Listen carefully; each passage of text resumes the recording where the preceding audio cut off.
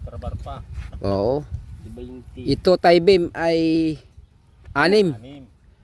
6 na Tininim. 16 mm. Talagang matibay. Ano ba yan? Oo. Suka natin paalala yung pala. Wag na. Ano, ito yung ano yan. Ito yung activity ngayon. Taas mo lang. Tie beam. Yan. Nabusa na yung poste. Yun. Tie beam na.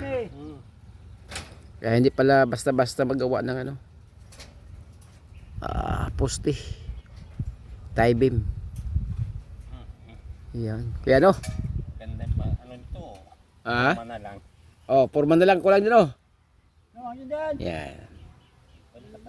Ganito ang construction. Ano? Kaya kung gustong matibay, pulido, talagang ayos kasi ang paggagawa eh.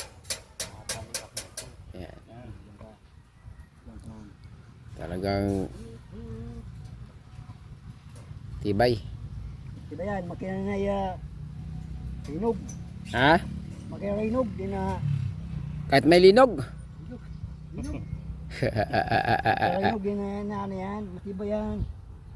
Matibay daw, sabi ni Kuya Giloy. Di basta-basta. Sa pundasyon pa lang nito, marami. Yun, kainitan. Pundasyon pa lang ay marami ng bakal. Oo. Parilya, dalawa may kabakal, may kalahati. Oh, grabe no. Kaya ganun katibay.